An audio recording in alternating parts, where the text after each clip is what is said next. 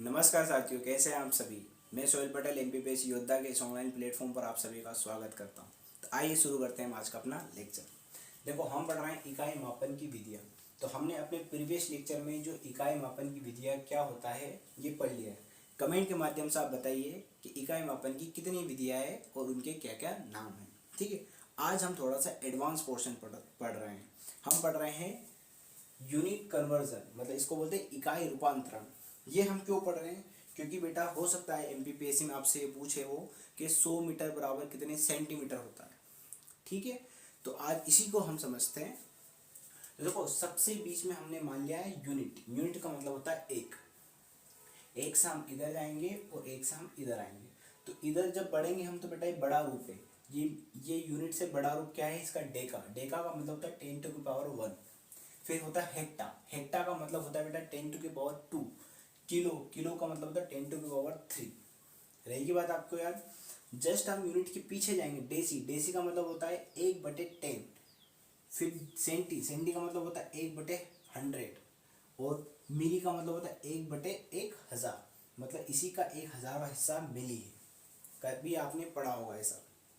ठीक है, तो देखो, और एक चीज आपको और याद रखना है, एक नोट करके आप लिखिए एक चीज और।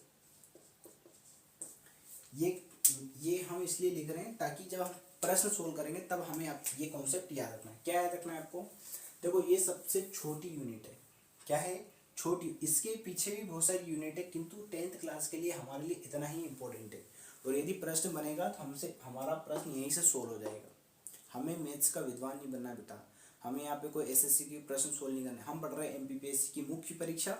और मुख्य परीक्षा में 3 मार्क या 2 मार्कर में जो नंबर जो क्वेश्चन पूछा जा सकता है उसका आंसर हम कैसे दे सकते हैं वो पढ़ रहे हैं।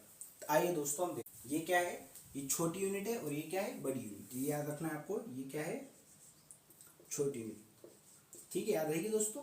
और ये क्या है? बड़ी यूनिट। इधर जैसे जाते जाएंगे हम बड़ा रूप मिलता जाएगा हमें। तो ये क्या है? बड़ी यूनिट। तो इस बड़ा को हमें यहाँ लिख रहा हूँ कि इधर क्या है? बड़ी। ठीक है, ये लिख देता हूँ मैं आपको। ये क्या है? बड़ी यूनिट।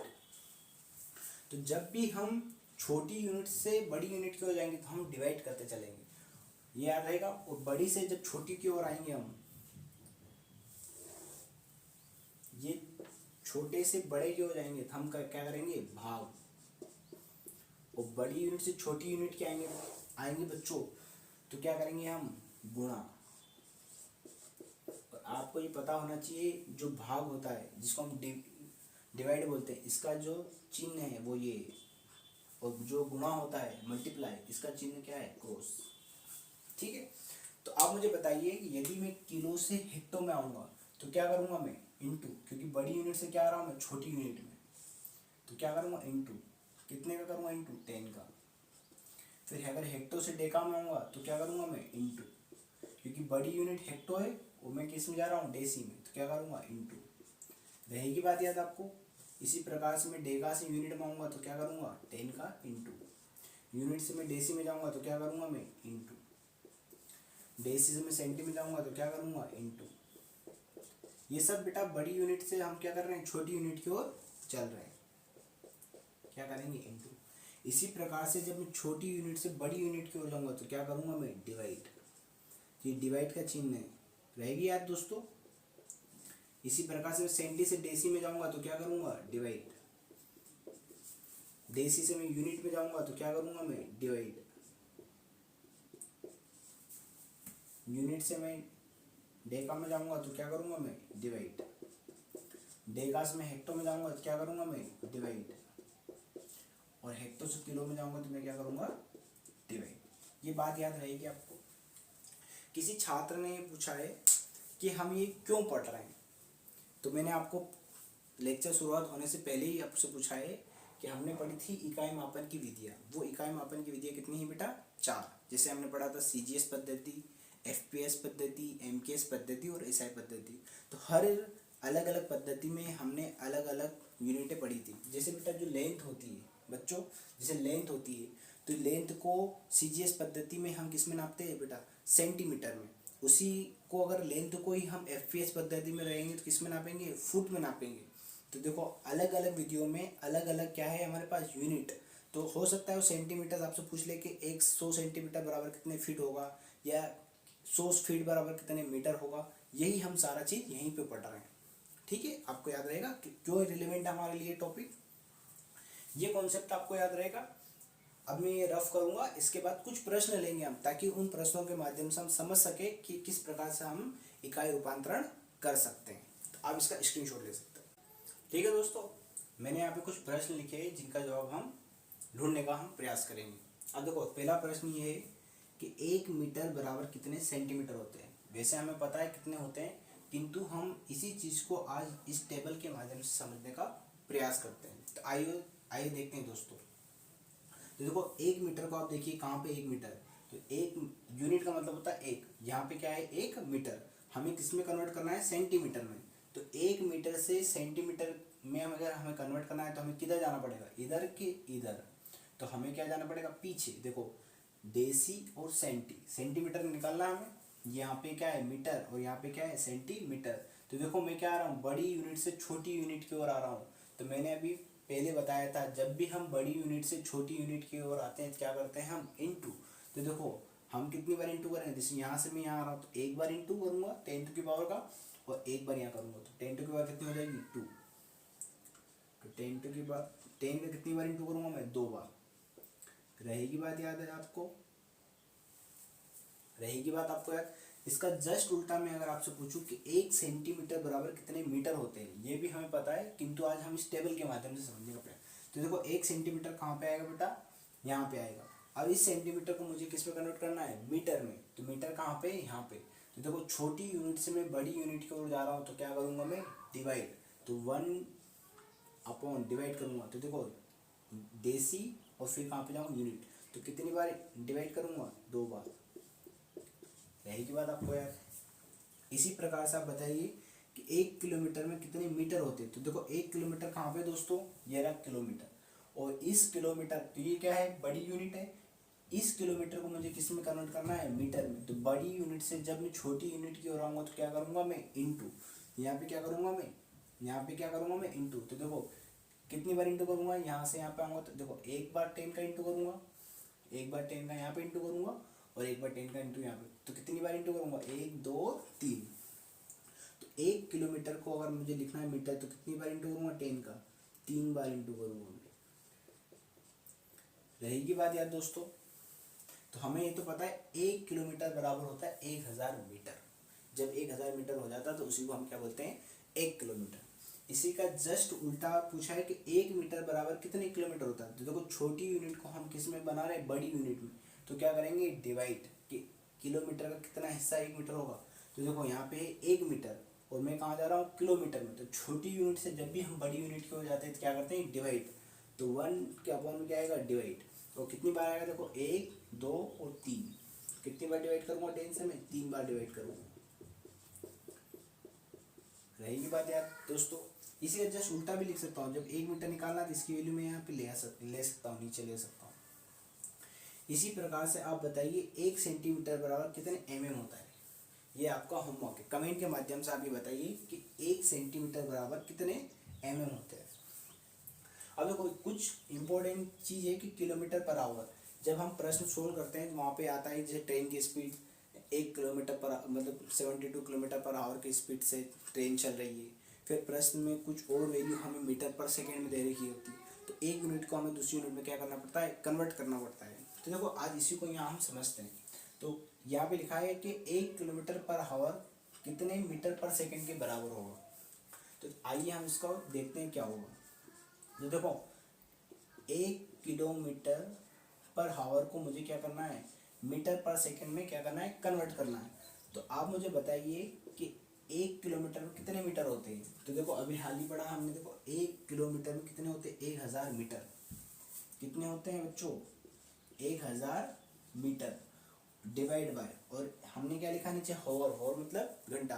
तो 1 घंटे में कितना होता है, 60 मिनट। और 1 मिनट में कितना होता है, 60 सेकेंड। तो देखो मीटर पर क्या बन गया है, सेकेंड।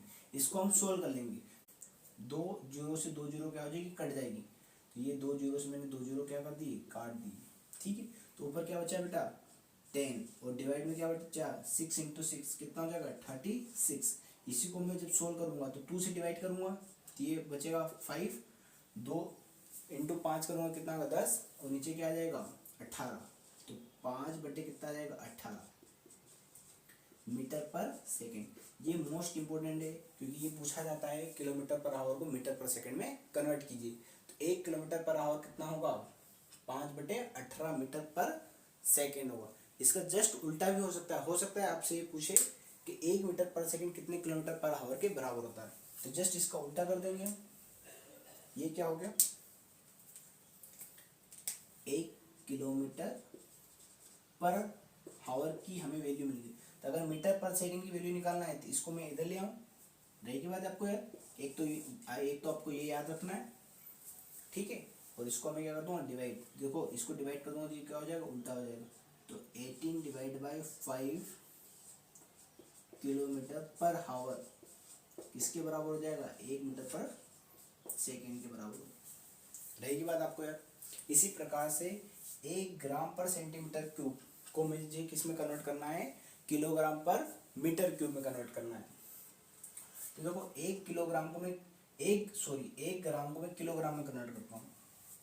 तो 1 ग्राम आप यहाँ पे देखिए 1 ग्राम ये है और मुझे किस में जाना है छोटी यूनिट से मैं क्या जा रहा हूँ बड़ी यूनिट की ओर। तो क्या करूँगा मैं डिवाइड, तो कितने का डिवाइड करूँगा 1, 2 और 3, ठीक है। रहेगी बात आपको है। तो 1 ग्राम पर सेंटीमीटर क्यूब को मुझे अगर किलोग्राम में कन्वर्ट करना है तो कितनी बार 10 का इंटू डिवाइड करूँगा 3 बार। रहेगी बात आपको यार। और इसके पूरे की डिवाइड में क्या है मीटर क्यूब, तो सेंटीमीटर क्यूब है तो मीटर क्यूब, तो सेंटीमीटर छोटी यूनिट से मैं क्या जा रहा हूँ बड़ी, ये सेंटीमीटर है और ये क्या है मीटर। तो सेंटीमीटर से मैं किस में जा रहा हूँ मीटर, तो क्या करूँगा मैं 10 का डिवाइड, तो कितनी बार करूँगा 10 का 2 बार, 1 और 2। तो ये क्या आ रहा है 10 टू की पावर 1 डिवाइड और इसकी पावर कितनी आ जाएगी 3, क्योंकि 3 बार करना है मुझे। रहेगी बात आपको यार। तो बेटा देखो आप ये समझिए ये डिवाइड है जी नीचे आ जाएगा और नीचे वाला ऊपर जाएगा, क्योंकि डिवाइड के नीचे भी डिवाइड है तो ये वाली पोर्शन ऊपर आ जाएगा। तो 10 टू की पावर कितनी है 2 और उसकी पावर कितनी आ जाएगी 3 और नीचे क्या है 10 10 10 तो कितने आ जाएगा 3 बार। रहेगी बात आपको यार। तो ये कितना हो जाएगा 10 टू की पावर 6, तो 6 बार आ जाएगा।